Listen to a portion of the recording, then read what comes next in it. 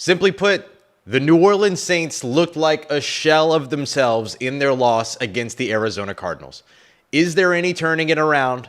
And what's next for the New Orleans Saints? We got all that and a little bit of lagniappe in our live postcast episode of Locked On Saints. You are Locked On Saints, your daily New Orleans Saints podcast. Part of the Locked On Podcast Network, your team every day.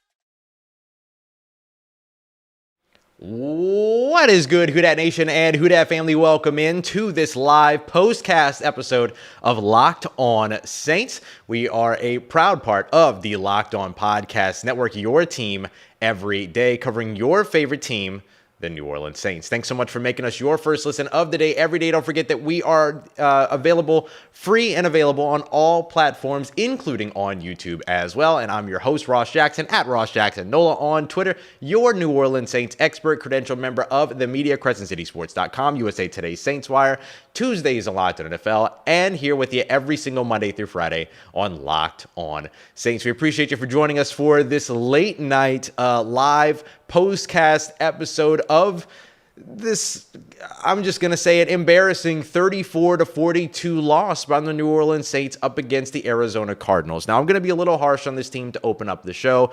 I'm not going to live in this space. I'm not going to try to make anybody feel bad for rooting for this team, anything like that. But we have to be realistic here.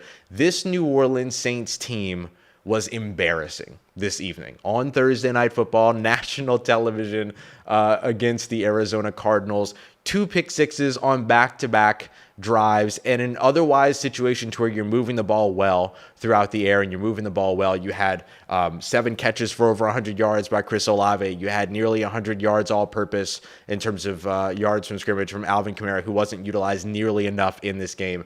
Taysom Hill, again, not utilized nearly enough in this game. Rashid, Shaheed, a big 50-plus yard, 53-yard touchdown reception in the opening drive, the first opening drive touchdown of the season. Never sees the ball again. You had 2 touchdowns by tight end Juwan Johnson, who looked fantastic in this game. So you look at it, you could see all of these little bright spots for this matchup and throughout this game. But then you have the 2 pick sixes. You have the interception in the red zone on just a poorly thrown ball and poor decision, like bad decision by Andy Dalton. You have the run game that absolutely gashed the New Orleans Saints in this one. Eno Benjamin running for 92 yards.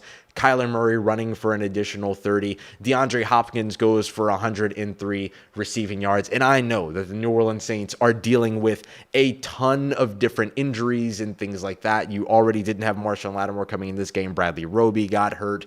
Then you saw a bunch of other players get hurt, or several other players get hurt throughout this game, all of that. But this was not enough. The injuries, that part of the conversation is no excuse for what this New Orleans Saints team looked like, which was an absolute shell of itself. So how do you fix it? How do you move forward with it? Well, the first and foremost piece here is that it comes down to coaching. And Dennis Allen said this after the press conference, talked about how everyone needs to know that they're being held accountable and that everybody knows they're being held accountable. Well, where is it?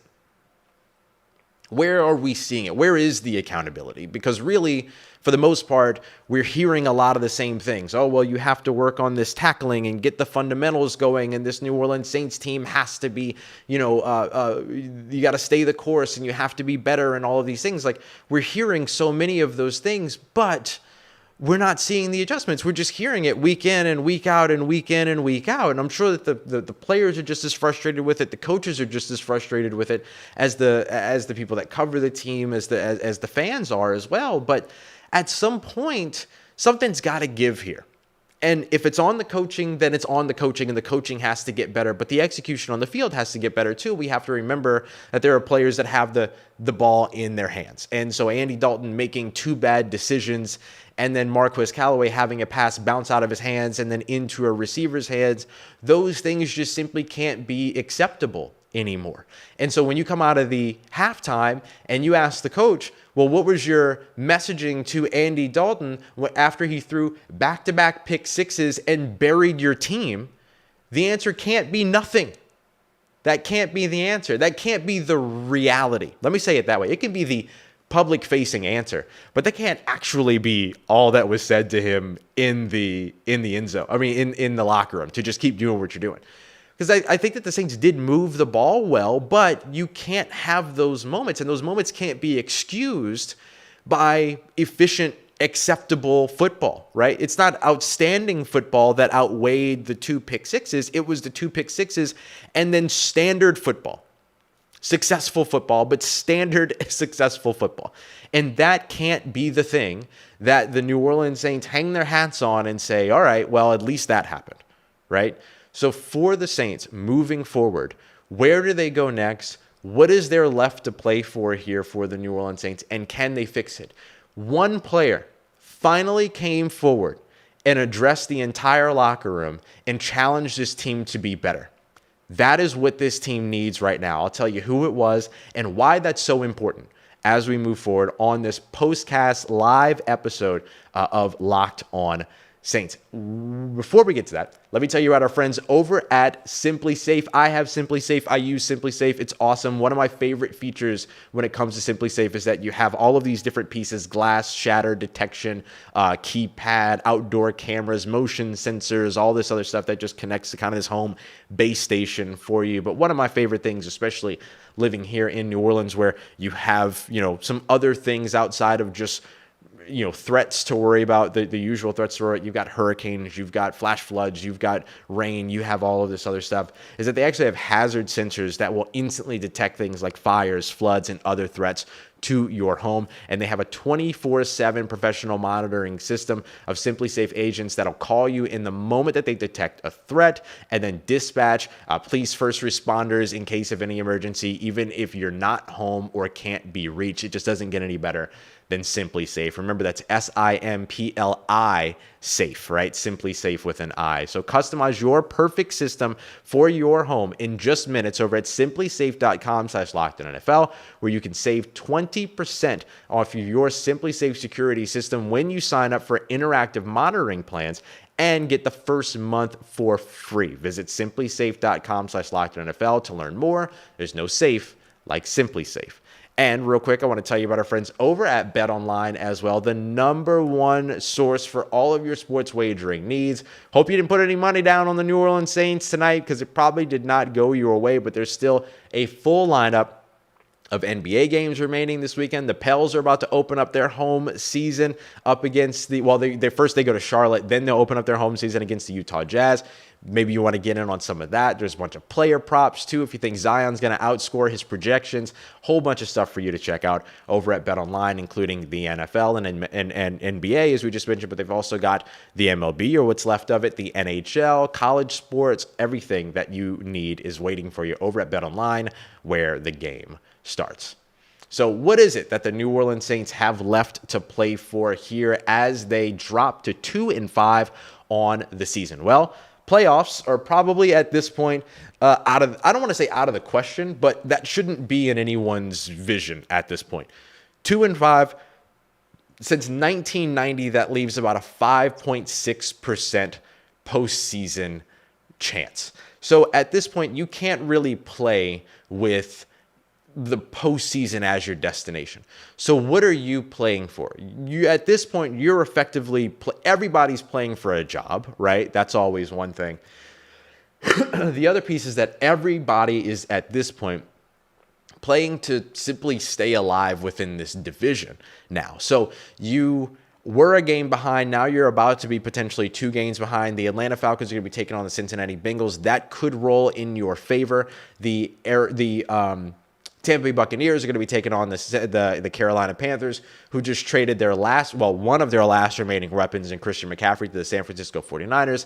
So very likely you're going to end up 2 games behind the Tampa Bay Buccaneers and then maybe 1 game still behind the Atlanta Falcons. That's not fully out of reach. And one of the things that Dennis Allen did say tonight is that he is very confident that this New Orleans Saints team will go on a run and get some of these wins to help to turn some things around. Now, I'll believe it when I see it. And I understand fans for being kind of, asking questions about it and things like that too. But the first step to that finally happened tonight. Alvin Kamara addressed the New Orleans Saints locker room and challenged everybody because they're not playing Saints football, because they're not used to losing. This is new for the New Orleans Saints.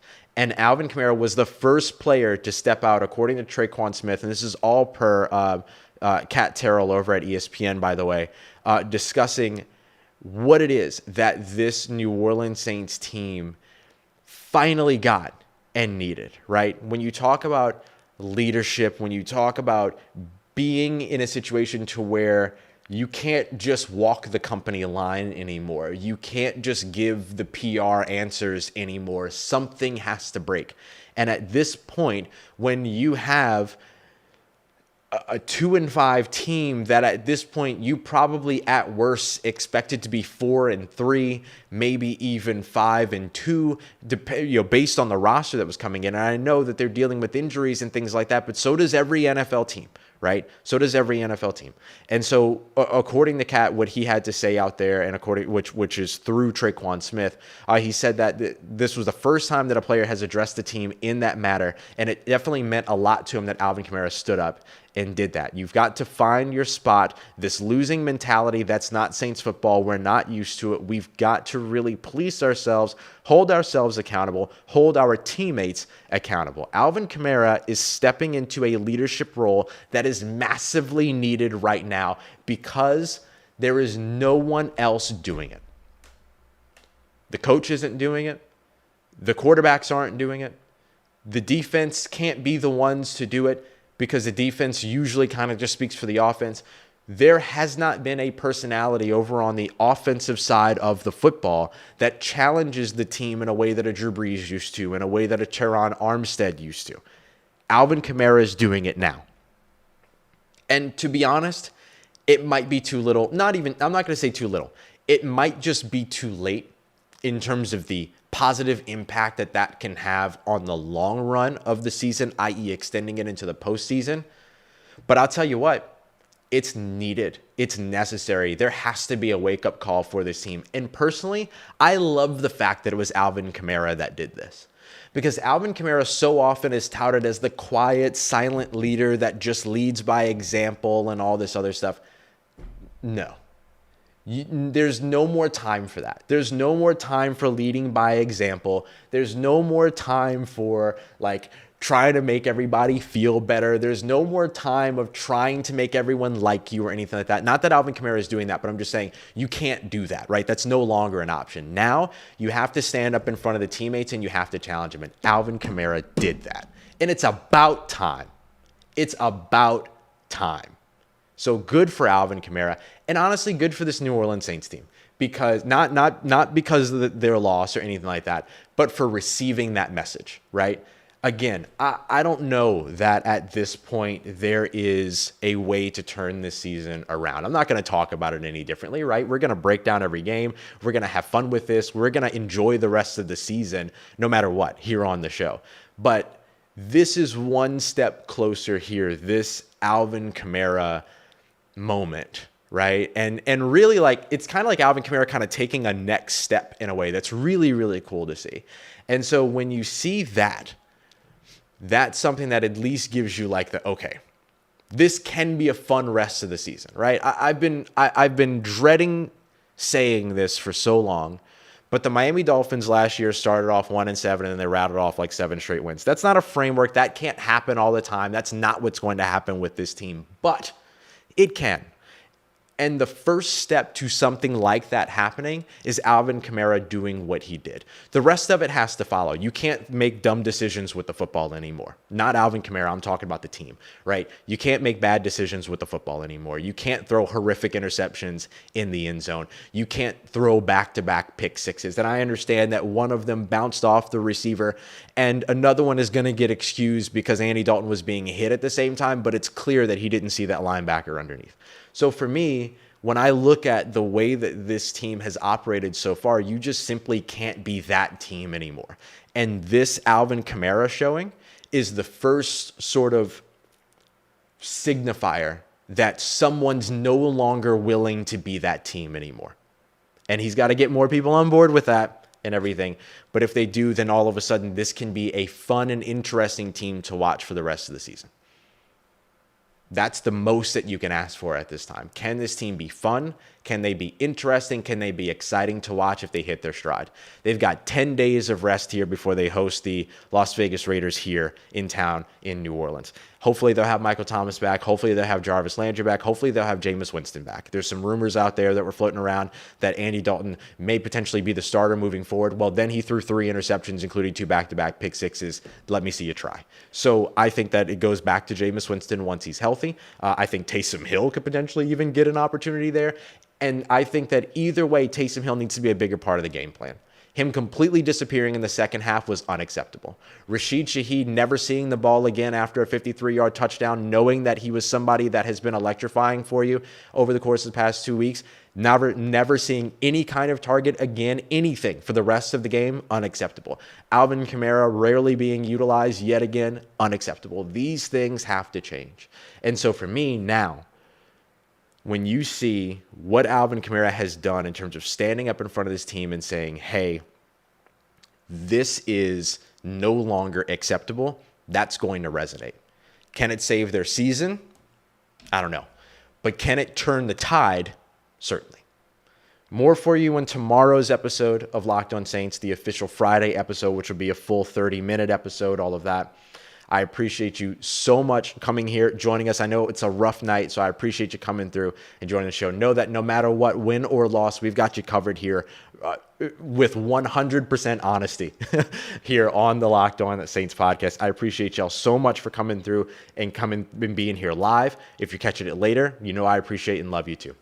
As always, make sure that you continue to make Locked On Saints your first listen of the day. Every day I'll be back with you tomorrow for a more in-depth breakdown of what went right, what went wrong in this game. And also, if you're looking for a second listen, make sure you check out the Locked On Sports Today podcast, everything in the world of sports that you need to know in around 22 minutes. It's awesome. Peter Bukowski does a phenomenal job with the show. So make sure you go and check it out wherever you get your podcasts and on YouTube as well. Once again, y'all, I appreciate you so much for making Locked On Saints a part of your day, a part of your routine, for saying yes to me and the show. As always, if you see me, say hi. And if you need anything else around your New Orleans Saints in between these episodes, make sure you follow me on Twitter at Ross Jackson, NOLA. Hit me up. Let me know how the family's doing. Let me know how you living. Let me know how you momming them. And trust Who Dat Nation.